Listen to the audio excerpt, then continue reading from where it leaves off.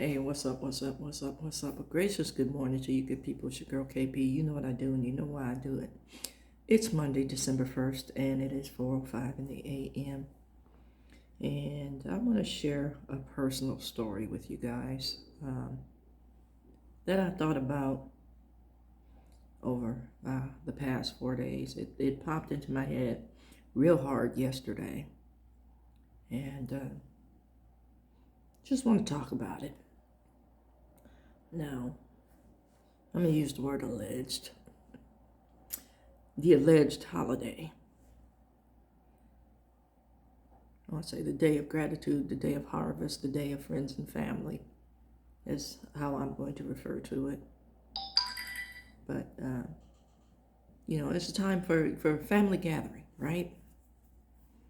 And there was this trend on TikTok. I was initiated by this young lady. She wanted people to share just family dysfunction stories or family drama that went down over the alleged holiday. Yeah.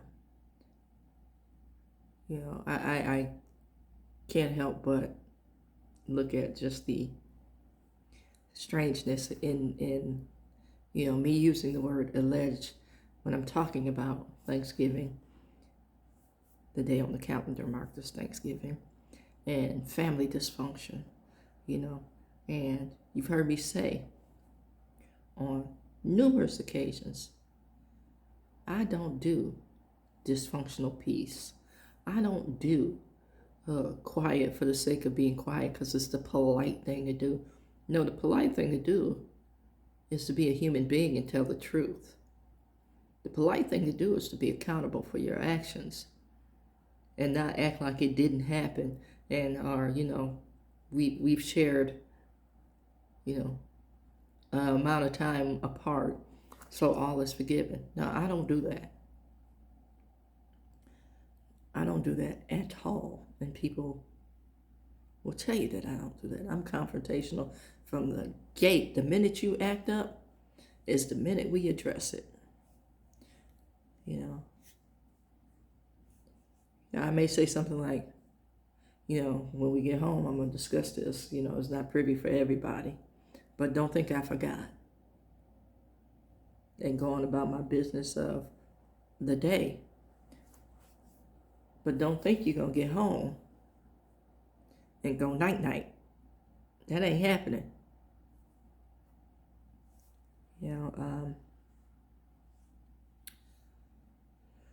So this trend was going on, and I was thinking about, just my own personal life. I said I watched the preparation for the Thanksgiving Day parade.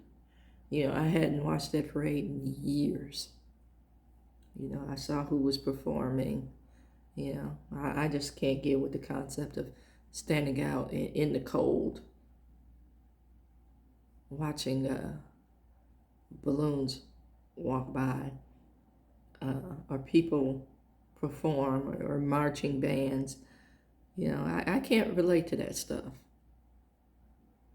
It was a tradition back in the day when I was a kid. Like I said, we had 3 channels. Then we had the lovely knob that took us to, it was UHF and VHF, whatever that means. I know F must mean frequency, but I don't know what it stood for, and really didn't care. But I grew up before cable. I was excited that we had cable when it did come, and my mother splurged and we were able to get cable TV. That's how I got into wrestling, and then, the old time greats, because we could get channels from all over the U.S. But I digress. So the trend was showing family dysfunction, and again, here's something personal. I thought about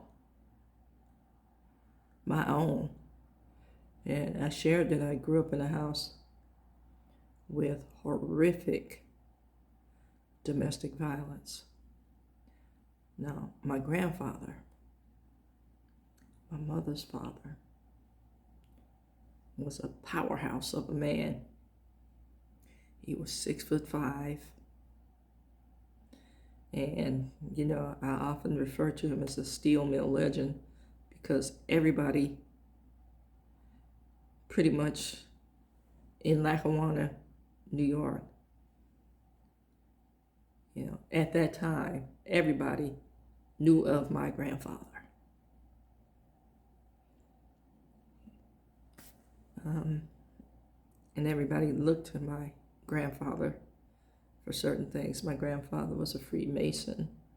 My grandfather was a deacon at his church. And again, he was a steel mill legend. That man worked.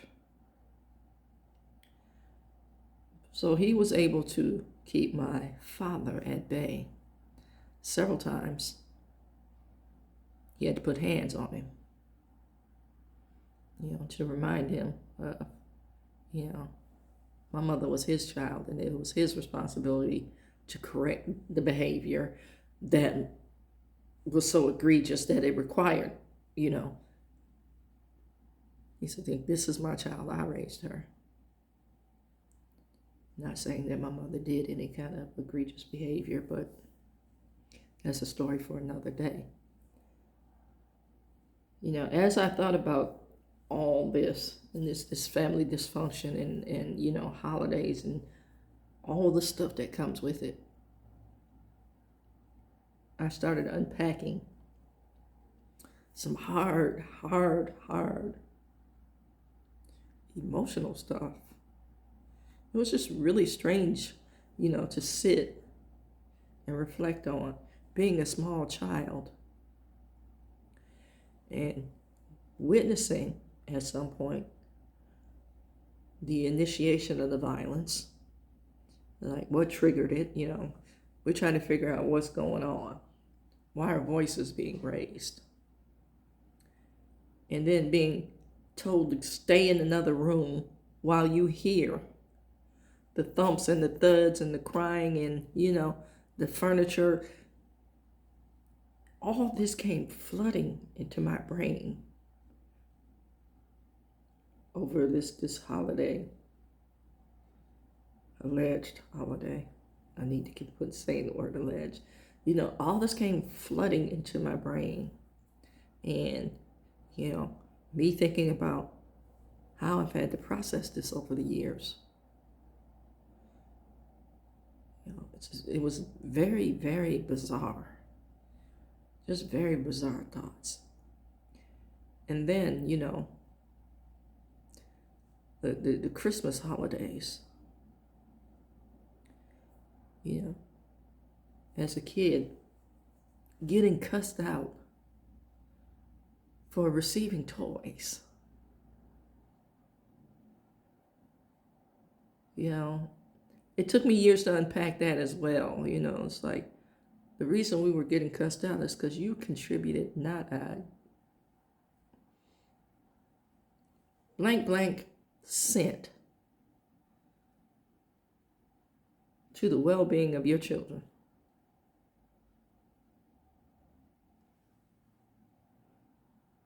Over the years, Mom bought school clothes for 3 kids.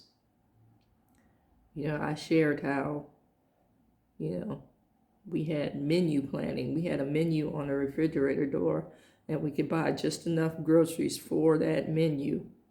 So if you had what I would like to say now is an unauthorized snack, you could have very well messed up a dinner menu. We did have snacks, but when they were gone, they were gone. We would do sandwiches in like a conveyor line. So, over the weekend, we'd pack them in the refrigerator or the freezer, depending on how many we made. And, that was our lunch. Because by the time you put the sandwich in the lunchbox in the morning, by the time it was lunchtime at school, that sandwich would have defrosted. Now, think about defrosted bread. But that's how we had to do.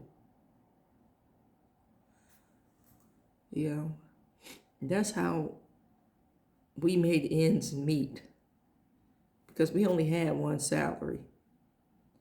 Like I said, my father contributed nothing to the well-being of his children. Even to this day, I can count the things that my father bought me on one hand and still have fingers left over.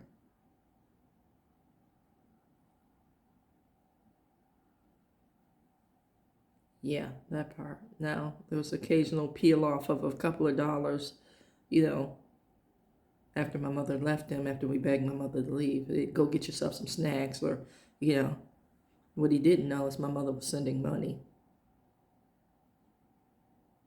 You know,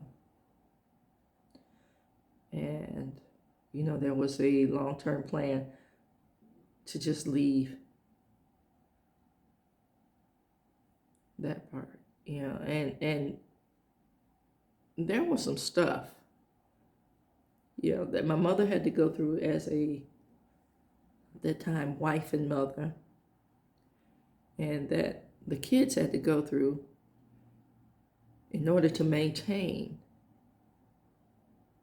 my mother's position as wife and mother, and vice versa, her position, to, there's some things she went through in order to maintain our position as kids. And I feel for anybody who grows up in that environment, because there's some lifelong stuff that you have to repeatedly address, because it is so deeply ingrained. Early childhood trauma is a monster.